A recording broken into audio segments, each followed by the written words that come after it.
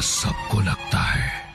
रात का दूसरा पहर था, तभी जेल के कोने से अचानक कैदियों का शोर सुनाई देने लगता है, जिसे सुनकर सारे सिपाही उस ओर भागते हैं तो देखते हैं कि सेल नंबर 13 का कैदी अपने कमरे के फर्श पर अजीब सी हालत में पड़ा हुआ है।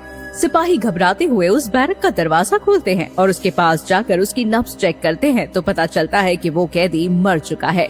सिपाही बगल की बैरक के कैदियों से पूछते हैं, क्या हो गया ऐसे कैसे अचानक मर गया? ये शाम तक तो बिल्कुल ठीक था।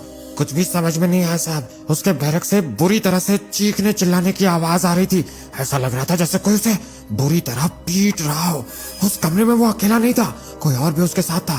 किसी ने उसको बहुत बुरी तरह से तड़पा के मारा है। किसी को उसके सेल से बाहर निकलते देखा था तुम लोगों ने?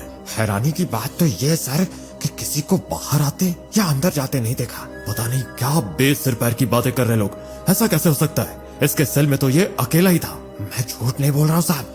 आप चाहे तो अगल बगल के और भी कैदियों से पूछ सकते हैं। हम सब ने उसके बैरक से आती हुई उन डरावनी आवाजों को सुना है। ऐसा लग रहा था वो किसी को देखकर डर से चिल्ला रहा हो। बैरक 13 का ये सेल फांसी कोठी से जुड़ा हुआ था। अभी 3 दिन पहले ही एक मुजरिम को वहाँ फांसी दी गई थी और उस फांसी के बाद से ही कैदियों को बैरक नंबर 13 के आसपास कुछ अजीबोगरीब घटनाएं होती महसूस हो रही थी। कुछ समझ नहीं आ रहा। कैदी की मौत दिल की धड़कन रुकने से हुई है, लेकिन उसके शरीर पर चोटों के निशान भी मिले हैं। अब बंद सेल में कैदी को चोट कैसे लगी, ये भी अपने आप में एक रहस्य है। क्या वाकई वहाँ कुछ ऐसा था जो सिर्फ उस कैदी को दिखाई दे रहा था? ऐसा भी तो हो सकता है ना सर कि उस कैदी ने खुद को ही चोट पहुंचाई हो। कुछ समझ में नहीं आ रहा। मेरी मानिए तो बंद करवा दीजिए इस बैरक को। और तभी से बैरक नंबर 13 को हॉन्टेड मानते हुए बंद कर दिया जाता है। 10 साल बाद जेलर कपाड़िया अपने कैबिन में बैठे हुए काम निपटा रहे थे, तभी उन्हें बाहर से थोड़ा शोर सुनाई देता है। जेलर बाहर चेकिंग रूम में पहुंचता है। क्या चल रहा है इधर? जेलर बोल अपने चमचों को मुझे हाथ लगाने की भूल न करें, और ये कपड़े मैं नहीं बदलने वाला। मैं कौन हूँ और मेरा ट्रीटमेंट कैसे करना है पता है ना? मैं नहीं जानता तुम कौन हो, और ये मेरी जेल है और यहाँ पर लोग अपने किए की सजा काटने आते हैं। चुपचाप वैसा करो जो करने को कहा जाता है। अभी जेलर और सुरेंद्र एक दूसरे से बात कर ही रहे थे कि तभी जेलर के फोन पर वहाँ के एमपी का फोन आ जाता है। मेरी बात ध्यान से सुनो जेलर। मेरे बेटे सुरेंद्र को तुम्हारी जेल में भेजा जा रहा है। तुम्हें उसका खास ख्याल रखना है। तुम्हारा खर्चा पानी सब मैं तुम्हारे घर भिजवा दूंगा। ट्रांसफर का मन नहीं है तो कोऑपरेट करो, समझे? मैं देखता हूँ। फोन रखने के बाद जेलर सिपाही को वहाँ बुलाता है। अभी मेरे पास उसके बाप का फोन आया था। किस जुर्म में अंदर आया ये? पक्के तौर पर तो अभी मुझे नहीं पता है साहब, लेकिन सुनने में आया है कि अपनी पत्नी के मर्डर का आरोप है उसके ऊपर। कहते हैं 50 लाख की डिमांड कर रहा था। जब लड़की ने विरोध किया तो मार डाला। तुम ऐसा करो, उसकी फाइल लाकर मुझे दो। और एमपी साहब ने कहा है कि उनके बेटे को स्पेशल ट्रीटमेंट दिया जाए। तुम ऐसा करो कि उनके बेटे के रुकने की व्यवस्था बैरक नंबर 13 में करो। उधर ज्यादा कैदी भी नहीं है, सुरक्षा में ज्यादा दिक्कत नहीं आएगी। असल में बेड, वाटर कूलर और बाकी सुख सुविधाओं की चीजों का इंतजाम कर दो। लेकिन साहब उस बैरक में तो लेकिन वेकिन कुछ नहीं, जो मैंने कहा है वो करो। जाओ यहाँ से। बैरक में जाते समय सुरेंद्र बाबू, मैं आपको डराना नहीं चाहता, लेकिन फिर भी न जाने क्यों मेरा मन कर रहा है कि मैं आपको बैरक नंबर 13 के बारे में बता दूं। वैसे भी वीआईपी है आप, यहाँ आपको ये बैरक में नहीं रुकना चाहिए। ऐसा क्या है बैरक नंबर 13 में जिसे सुनकर मुझे डरना चाहिए? साहब उस बैरक में आज से 10 साल पहले एक कैदी मरा हुआ मिला था, और जांच पड़ताल करने पर पता चला कि न ही उस बैरक में कोई गया और न आया। आसपास के बैरक के कैदियों ने बताया कि उसके बैरक से बहुत बुरी तरह से चीखने की आवाज आ रही थी, और ऐसा लग रहा था कि उस बैरक में उसके साथ कोई और भी था जिसने उसे बहुत बुरी तरह से तड़पा कर मारा। क्या बकवास कर रहे हो? ऐसी उल्टी सीधे बातें बताकर तुम मुझे डराना चाहते हो? तुम तो मुझे बस ये बताओ कि तुमने उस बैरक में मेरी बताई हुई सारी सुख सुविधाओं का इंतजाम कर दिया है या नहीं? इंतजाम तो मैंने कर दिया साहब, लेकिन कुछ नहीं। मुझे मेरे बैरक में ले चलो, मुझे नींद आ रही है। पहले ही बहुत थकान हो गई है मुझे। एमपी के बेटे ने सिपाही की बात पर ज्यादा गौर नहीं किया था। कुछ देर बाद सिपाही चाय लेकर सुरेंद्र के सेल में पहुंचता है। ये लीजिए सर चाय। आपको चाय, खाना, नाश्ता सब यहीं मिल जाएगा। आपको लाइन लगने की जरूरत नहीं है। जैसे जैसे दिन बीत रहे थे, सुरेंद्र की तबीयत थोड़ी सी खराब रहने लगी थी। वो चेहरे से बहुत घबराया और परेशान सा दिखाई देता था। एक दिन रात के समय सुरेंद्र को ऐसा लगता है जैसे उसके कमरे की दीवारों पर कोई अपने नाखून घिस रहा है।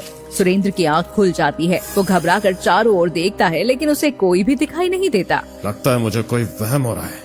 यहाँ तो कोई भी नहीं है। किसी तरह ये रात बीत जाती है। अगली रात को सुरेंद्र गहरी नींद में सोया हुआ था। अचानक उसे उसके चेहरे पर किसी की सांसों की गर्माहट महसूस होती है। ऐसा लग रहा था जैसे कोई बिल्कुल उसके चेहरे के पास गर्म सांस छोड़ रहा है। सुरेंद्र घबरा कर आंखें खोल देता है तो देखता है कि एक काला साया उसके चेहरे से थोड़ी ही ऊंचाई पर हवा में लटका हुआ है। सुरेंद्र चिल्लाने की कोशिश करता है लेकिन उसके मुंह से जरा सी भी आवाज नहीं निकल पाती। ले जाऊंगा मैं तुझको अपने साथ, पिछले को भी ले गया था, तुझे भी ले जाऊंगा। अगले दिन सुरेंद्र काफी बेचैनी महसूस कर रहा था। रह रहकर उसे कल रात को देखी हुई चीजें याद आ रही थी। सेल में सिपाही के द्वारा दी गई चाय और दोपहर का खाना भी जस का तस पड़ा हुआ था। डिनर के समय सिपाही जबरदस्ती उसे खाना खाने के लिए कहता है। खाना खाकर सुरेंद्र अपने बिस्तर पर लेट गया था। कुछ देर तक करवट बदलने के बाद उसे गहरी नींद आ गई थी। घड़ी की सुइयां रात के 3 बजा रही थी। अचानक सुरेंद्र को ऐसा लगता है कि बिस्तर पर उसके साथ कोई और भी है। सुरेंद्र डरते हुए तुरंत बिस्तर से उठ खड़ा हो जाता है और घबराते हुए चारों तरफ देखता है तो उसे दिखाई देता है कि एक साया उसके कमरे की दीवारों पर घूम रहा है और अपनी लाल आंखों से लगातार उसे ही घूर रहा है। डर के मारे सुरेंद्र की सिट्टी पिट्टी गुम हो जाती है और वो शोर मचाने की कोशिश करता है लेकिन पिछली बार की तरह उसके गले से आवाज नहीं निकल पाती। सुरेंद्र जाकर जेल की सलाखों को जोर जोर से धकेलने की कोशिश करने लगता है। तभी उसे किसी की हंसने की डरावनी आवाज सुनाई देती है। चाहे जितनी भी कोशिश कर लो, तुम यहाँ से बाहर नहीं जा सकते। जो तुमने किया है उसके लिए तुम्हें मिलेगा सिर्फ मृत्यु दंड। नहीं, ये सच नहीं हो सकता। तुम सचमुच नहीं हो। ये सब मेरे दिमाग का वहम है। भूत प्रेत जैसा कुछ नहीं होता। ये सब मेरा दिमाग खेल रहा है मेरे साथ। सुरेंद्र की बात सुनकर वो साया एक बार फिर से जोर जोर से हंसने लगता है। अचानक से सुरेंद्र जाकर जेल की दीवार से टकरा जाता है। कौन है? ऐसा लग रहा है किसी ने मुझे इस दीवार की तरफ धकेला है। सुरेंद्र खुद को संभालने की कोशिश करता है। तभी उसका सर लोहे की सलाखों से जा टकराता है और उसके माथे से खून निकलने लगता है। कौन है? कौन है? कौन है? मेरे पीछे क्यों पड़ा? मुझे छोड़ दो। मृत्यु दंड, तुम्हारे किए की सजा मिलकर रहेगी। आज की रात तेरा फैसला मैं करूंगा। धीरे धीरे वो साया सुरेंद्र के नजदीक आ रहा था और सुरेंद्र पागलों की तरह चिल्ला रहा था। पीछे हटो, मैं कहता हूँ दूर रहो मुझसे। पीछे हटो। तुम्हें पता नहीं है मैं कौन हूँ। मेरा बाप एमपी है, मैं कुछ भी कर सकता हूँ। तुम कौन होते हो मुझे सजा देने वाले? मैं कहता हूँ दूर हटो मुझसे। सुरेंद्र जोर जोर से चिल्ला रहा था और उधर पड़ोस के बैरक में कैदी नंबर 217 अपने साथी को नींद से उठाता है। अरे उठ, देख, लग रहा है इतिहास अपने आप को दोहरा रहा है। इसका भी पत्ता कटेगा आज रात को। याद है ना 10 साल पहले क्या हुआ था? जैसा कैदी नंबर 217 ने कहा था, ठीक वैसा ही हुआ। अगली सुबह सुरेंद्र की लाश बरामद होती है। सुरेंद्र की मौत के बाद पूरे जेल में अफरा तफरी का माहौल बन गया था। जेलर कपाड़िया ने सारे सीसीटीवी कैमरे चेक कर लिए थे लेकिन किसी भी कमरे में सेल के अंदर कोई आता जाता नजर नहीं आ रहा था। ना चाहते हुए भी अब सभी को यकीन करना पड़ रहा था कि ये सब जरूर हॉन्टेड बैरक की वजह से ही हुआ है। पोस्टमार्टम में मौत की वजह हार्ट अटैक दिखाई दे रही थी। कुछ दिनों की तफ्तीश के बाद मामला शांत पड़ने लगा। 1 सप्ताह के बाद सिपाही मनोज जेलर कपाड़िया के पास आता है। सर, हम दोनों ने अपना काम इतनी सफाई से किया कि किसी को जरा सा भी शक नहीं हुआ। किसी तरह के अपराध बोध में मत पड़िएगा। मैंने फोन पर उसे अपने बाप से बात करते हुए सुना था। उसने ही अपनी पत्नी को मारा था और उसे इस बात का पूरा घमंड और विश्वास था कि वो यहाँ से छूट जाएगा, क्योंकि दोनों बाप बेटों ने मिलकर सारे सबूत मिटा दिए थे। लेकिन आपने उसे उसकी सही जगह पर पहुंचा ही दिया सर। जैसा आपने कहा था मैंने बिल्कुल वैसा ही किया। आपके कहने पर मैंने ही जानबूझकर उसे इस बैरक में होने वाली भूतिया घटनाओं के बारे में बताया। मेरे ऐसा करने की वजह से उसके दिमाग के किसी कोने में डर पैदा हो गया था, लेकिन फिर भी मर्दानगी दिखाने के चक्कर में वो इस बैरक में रुकने के लिए तैयार हो गया और उसके दिमाग में पैदा हुए उस छोटे से डर को ड्रग्स की मदद से हमने जानबूझकर बढ़ा दिया। हम उसका खाना उसकी जेल में पहुंचाने लगे और फिर बड़ी सफाई से उसके चाय और खाने में ड्रग्स मिलाना शुरू कर दिया। ड्रग्स के नशे में उसे वो सब नजर आने लगा जो वास्तव में वहां था ही नहीं। उसका डर उसके सामने भूत बनकर खड़ा हो गया और इसी डर से उसके दिल की धड़कनें बढ़ने से उसकी मौत हो गई। मुझे बस एक बात समझ में नहीं आई सर कि पोस्टमार्टम करने वाले डॉक्टर ने ये बात कैसे नहीं बताई कि उसके खून में ड्रग्स मिले थे। क्योंकि ये वही डॉक्टर था जिसने मेरी बेटी का पोस्टमार्टम किया था जब उसके पति ने उसे दहेज के लिए जहर देकर मारा था। पैसों के दम पर सबूत मिटाकर मेरा दामाद जेल से तो छूट गया था, लेकिन उस दिन के बाद से मैं एक रात भी चैन से सो नहीं सका। अपनी बेटी को इंसाफ नहीं दिला पाया, लेकिन इस बेटी के साथ अन्याय नहीं होने दे सकता।